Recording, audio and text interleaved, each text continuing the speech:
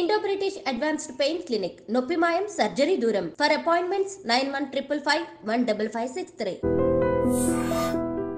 Sir Anakapalli first posting మీకు first posting training అయిన తర్వాత ఒంగోలు గోదావరికని ఫస్ట్ పోస్టింగ్ గోదావరికేనా Godavarikhani was my first posting అనమాట. దాని ముందు ప్రాక్టికల్ ట్రైనింగ్ అంతా అనకాపల్లి రూరల్. అనకాపల్లి రూరల్ టైంలోనే మనకి బాలరాజు ఎమ్మెల్యే గారు కిడ్నాప్ అవడం, ఆ కిడ్నాప్ సందర్భంగా నన్ను మంప పోలీస్ స్టేషన్లో ఆల్మోస్ట్ 4 రోజులు ఉంచారు క్యాంప్లో. ఆ టైంలో నాకు తెలిసింది అసలు మంప పోలీస్ స్టేషన్ అంటే ఇంత చిన్న షెడ్లో ఉండేదండి. చిన్న షెడ్, మినిమం సదుపాయాలు ఏమి ఉండేవి కదా. ఎవరండి ఫస్ట్ ఎస్పీ అప్పుడు? అప్పుడు ఎస్పీగా సంతోష్ మెహ్రా గారు ఉండేవారు, విశాఖపట్నం రూరల్. సో ఆ టైంలో ఇది జరిగింది. అప్పుడు ఎస్వి సుబ్బారెడ్డి గారు ఐజీ ఇంటెలిజెన్స్, ఆయన కొయ్యూరులో గెస్ట్ హౌస్లో వాళ్ళ ఐజీ ర్యాంక్ ఆఫీసర్స్ అంతా క్యాంపింగ్, మేమంతా ఈ పోలీస్ స్టేషన్లో. అక్కడి నుంచి మేము ఏపీఎస్పీ తీసుకొని కోమింగ్ ఆపరేషన్స్ కానీ వెళ్ళేవాళ్ళం. సో కానిస్టేబుల్ లెవెల్లో, ఫీల్డ్ లెవెల్లో ఎటువంటి సాధక బాధకాలు ఉంటాయి, వాళ్ళకి అసలు ఫెసిలిటీస్ ఏమి లేకుండా ఎలాంటి క్లిష్ట పరిస్థితుల్లో వాళ్ళు పనిచేయాలని చెప్పి నేను ప్రత్యక్షంగా చూడడం జరిగింది అన్నమాట. సో అది that help me in the course of my work in Godavarikhani. గోదావరికనిలోనే గోదావరికనికి వెళ్ళక ముందు మీ నాన్నగారు చెప్పినట్లుగా మీరు యూనిఫామ్ సర్వీస్ ఆఫీసర్ అయ్యారు. మీ ఫాదర్ ఏమన్నారు అప్పుడు? బ్యాడ్ లక్ అంటే ఫాదర్ అప్పటికి లేరు. అయ్యో. సో ఆయన 75 సర్వీస్కి వెళ్ళడం కూడా లేరు అప్పటికి లేరు. సో నేను సర్వీస్లోకి వచ్చింది 91లో, ఆయన 76లోనే చనిపోయారు. అయ్యో. మా మదర్ అయితే చాలా సంతోషపడ్డారు. సార్ గోదావరికని వెళ్ళారు, ఫస్ట్ ఛాలెంజ్ అప్పటికే గోదావరికని అనేది సికాసతో చాలా క్లిష్ట పరిస్థితుల్లో వెళ్ళడం జరిగింది. అప్పటికి మీకు ఎస్పీ ఎవరంటే సురేంద్రబాబు గారు. అప్పుడు ఫస్ట్ నేను వెళ్ళేటప్పటికి రాజీవ్ త్రివేది గారు, తర్వాత త్రిపాఠి గారు, తుషార్ ఆదిత్య త్రిపాఠి, తర్వాత సురేంద్రబాబు గారు, 3 ఎస్పీలు మారారు. సో నేను వెళ్ళేటప్పటికి 2 నెలల ముందు 2 ఘోరమైన ల్యాండ్ మైన్ బ్లాస్ట్ జరగడం జరిగింది.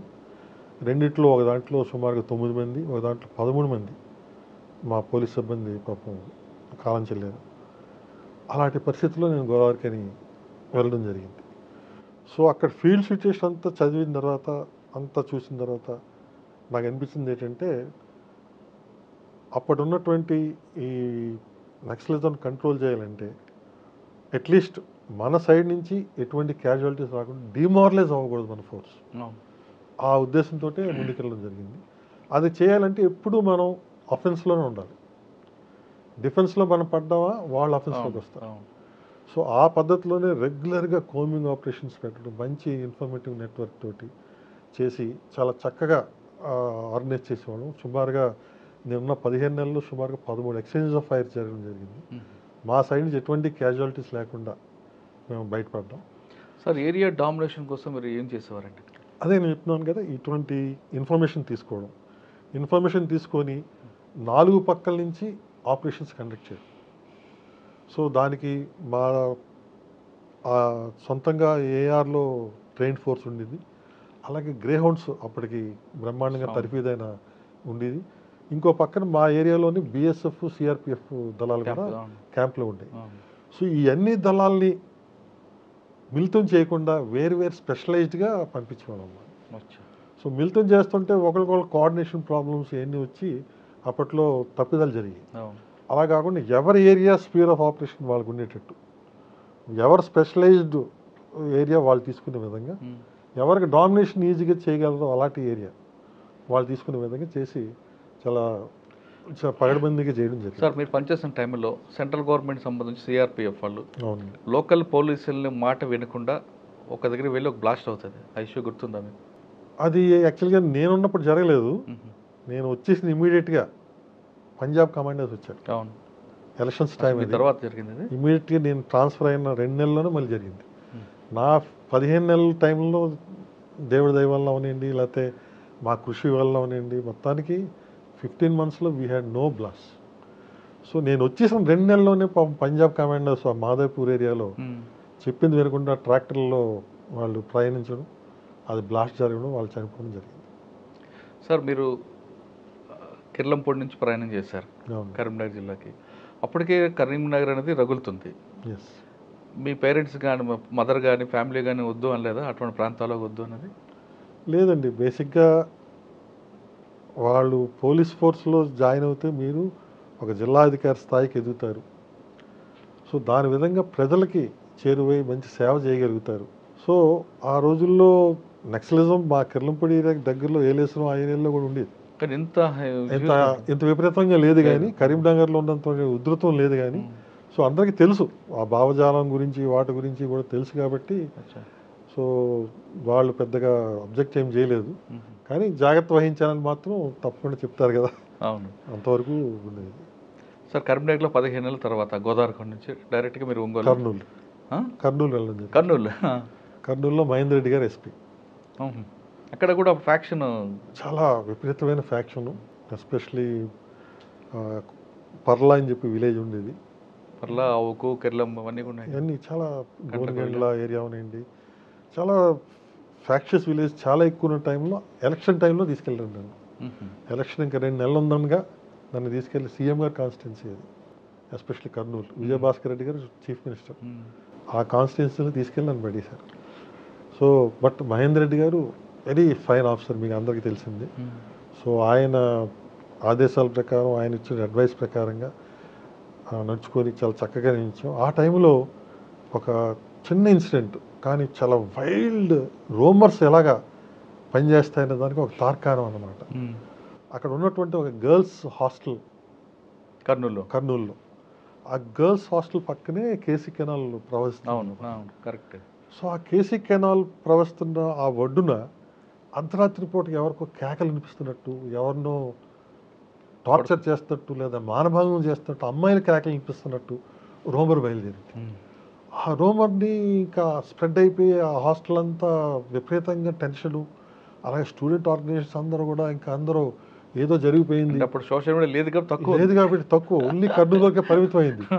స్టిల్ అప్పటికీ ఊరంతా కూడా దావా లాగా వ్యాపించింది. ఇంకా ఇదిగో పులి అంటే అదిగో తోకన్నట్టు, మినిస్టర్ గారు అబ్బాయి చేశాడట ఇదంతా, ఎవరిని అమ్మాయిని రేప్ చేశాడట, ఆ అమ్మాయిని కేసీ కెనాల్లోకి పడేసాడట, ఇలా రకరకాల రూమర్స్ ఉన్నాయి. సో అప్పుడు మహేందర్ రెడ్డి గారు ఆధ్వర్యంలో ఒక ఫ్యాక్ట్ ఫైండింగ్ కమిటీ పెట్టి, ఆ ఫ్యాక్ట్ ఫైండింగ్ కమిటీ తోటి మొత్తం ఏరియా అంతా, ప్రతి ఏరియాని విజిట్ చేసి అందరికీ సంతృప్తి పడే విధంగా అందరినీ మేము తిప్పి ఎటువంటి ఇన్సిడెంట్ జరగలేదని చెప్పి నైట్ టైం మేము కూడా అక్కడ పడుకొని, ఇన్స్పెక్టర్ లేడీ ఆఫీసర్స్తో కలిపి అక్కడ పడుకొని 3-4 రాత్రులు ఎటువంటిది లేదమ్మా. ఎవరండి క్రియేట్ చేశారు అది ఎవరికి తెలియదు. ఇప్పుడైతే సోషల్ మీడియా తెలుసు మనకి, ఏ ఫోన్ నుంచి వచ్చిందని మనం ట్రాక్ చేయగలం. ఆ రోజుల్లో ఎవరో తీసుకొచ్చారు, అర్ధరాత్రి విన్నారు కేకలు అని చెప్పి ఒక పుకారు పుట్టించారు. ఆ పుకారుతోటి అంతా గొగ్గోలైపోవడం మొదలుపెట్టారు. మొత్తానికి అది సర్దుమరిగిన తర్వాత ఎలక్షన్స్ అయ్యి, సో అటువంటి ఫ్యాక్షన్ ఏరియాలో కూడా అసెంబ్లీ ఎలక్షన్సే కాదు, ఎంపీపీ ఎలక్షన్స్, లోకల్ ఎలక్షన్స్ కూడా ఎటువంటి ఇన్సిడెంట్ లేకుండా చేయడం జరిగింది. సార్ సాధారణంగా కర్నూలు అనగానే ఫ్యాక్షన్, ఉదయం పోలింగ్ స్టార్ట్ అయిన దగ్గర నుంచి బూత్ సెంటర్కి వచ్చే వరకు ఏదో ఒకటి జరుగుతుంది, లాస్ట్ మూమెంట్లో ఖచ్చితంగా జరుగుతుంది. ఏ చిన్న ఇన్సిడెంట్ లేకుండా ఎలా చేశారండి? అంటే ఒక బల్ట్ కాదు మీరు చెప్పేది, చాలా ఏరియాస్ ఉన్నాయి కదా. మొత్తం కర్నూలు సబ్ డివిజన్ అంతా కూడా ఎటువంటి ఇన్సిడెంట్ లేకుండా చేయడానికి కారణం మేము ముందు నుంచి చేసినటువంటి స్పేడ్ వర్క్. ఏదైతే మాకున్నటువంటి ఈ ఏరియా డామినేషన్ గోదావరిఖండ్లో అనుభవం ఉంది కదా, దీన్ని మేము అక్కడ ఉపయోగించాం. సో తీసుకెళ్ళి ఫ్యాక్షన్ విలేజెస్లో మ్యాసివ్గా హౌస్ టు హౌస్ సర్చెస్, ఎక్కడ బాంబులు దొరకాలన్నా, గొడ్డళ్ళు, కత్తులు ఏమి దొరికినా సరే చాలా స్ట్రింజెంట్ యాక్షన్ తీసుకున్నాం. అందరూ బైండ్ ఓవర్ చేశారండి. ఇంకా అంతా బైండ్ ఓవర్ చేయడం, ప్రతి ఒక్కరిని, ఎవరిని దొరికితే బాంబు కాదు కదా, బాంబు తయారు చేయడానికి కావాల్సిన మెటీరియల్ దొరికినా కూడా మేము ఉపేక్షించేవాళ్ళం. చిన్న తాడు దొరికినా చాలు నాడు అని చెప్పి ఆ రోజుల్లో చాలా స్ట్రిక్ట్గా ఇంప్లిమెంట్ చేసాం. సో ఒక భయం ఏర్పడింది, వీళ్ళు ఊరుకోర్రా, పోలీస్ చాలా గట్టిగా ఉన్నదని చెప్పి ఒక భయమైన వాతావరణం తీసుకొచ్చాం.